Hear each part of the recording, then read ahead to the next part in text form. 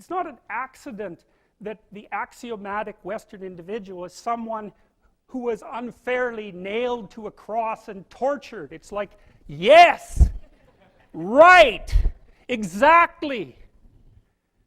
So what do you do about that?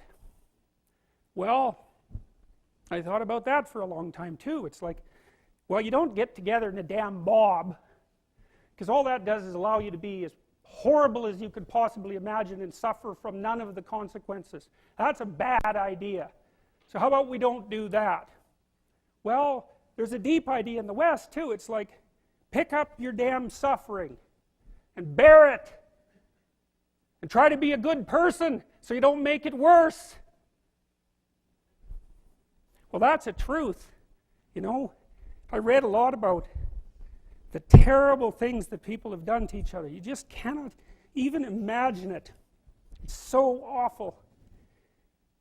So you don't want to be someone like that. Now, do you have a reason to be? Yes. You have lots of reasons to be. God, there's reasons to be resentful about your existence. Everyone you know is going to die. You know, you too. And there's going to be a fair bit of pain along the way, and lots of it's going to be unfair. It's like, yeah, no wonder you're resentful. It's like, act it out and see what happens. You make everything you're complaining about infinitely worse. There's this idea that hell is a bottomless pit, and that's because no matter how bad it is, some stupid son of a bitch like you could figure out a way to make it a lot worse. So you think, well, what do you do about that? Well, you accept it. That's what life is like. It's suffering. That's what the religious people have always said. Life is suffering. Yes. Well, who wants to admit that? Well, just think about it. Well, so what do you do in the face of that suffering?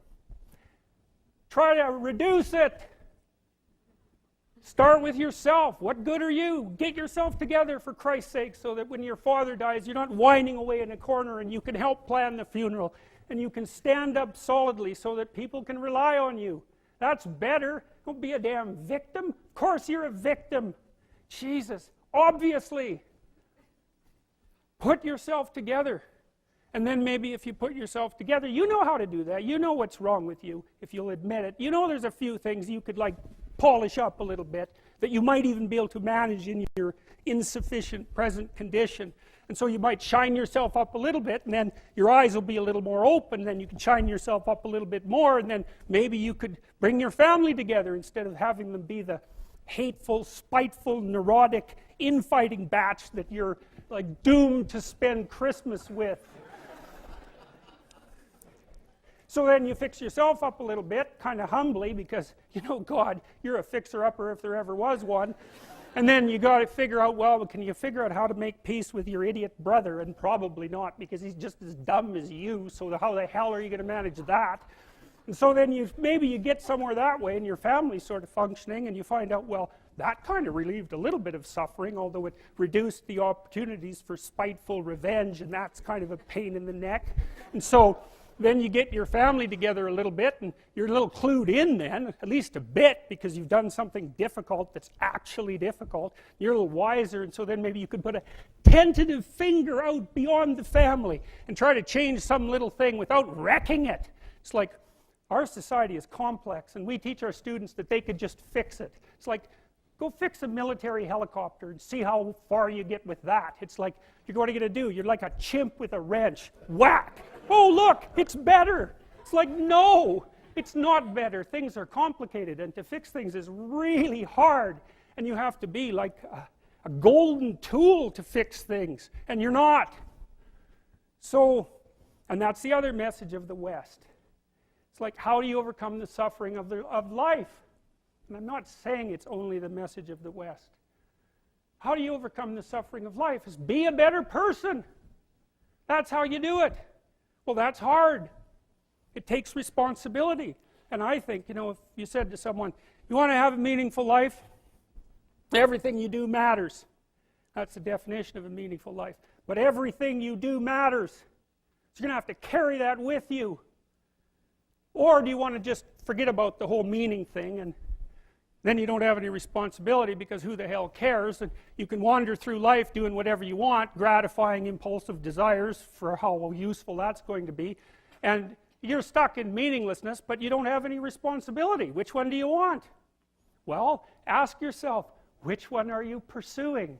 And you'll find very rapidly that it isn't the majority of your soul that's pursuing the whole meaning thing, because, well, look what you have to do that. You have to take on the fact that life is suffering. You have to put yourself together in the face of that. Well, that's hard. Christ, it's amazing people can even do it. I'm stunned every day when I go outside and it isn't a riot with everything burning.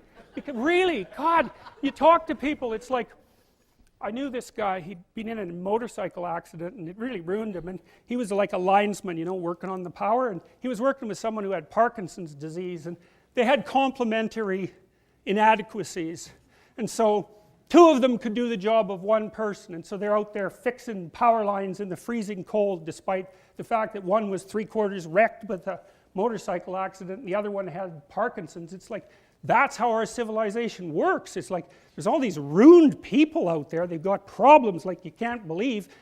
Off they go to work and do things they don't even like, and look, the lights are on. My God, it's unbelievable. It's a miracle. It's a miracle. And we're so ungrateful. College students, the postmodern types, they're so ungrateful. You know, they don't know that they're surrounded by just a bloody miracle. It's a miracle that all this stuff works. That all you crazy chimpanzees that don't know each other can sit in the same room for 2 hours sweltering away without tearing each other apart, because that's what chimps do. So, anyways, so what happened? Well, I made some videos and I got to the bottom of some things, at least as far as I can tell, so I told you what the bottom is, and then I've got this idea about what you might do about it, which isn't my idea. It's not my idea. It's an old idea. It's far older than Christianity. It's old. It's the oldest story of mankind. Get yourself together. Transcend your suffering. See if you can be some kind of hero.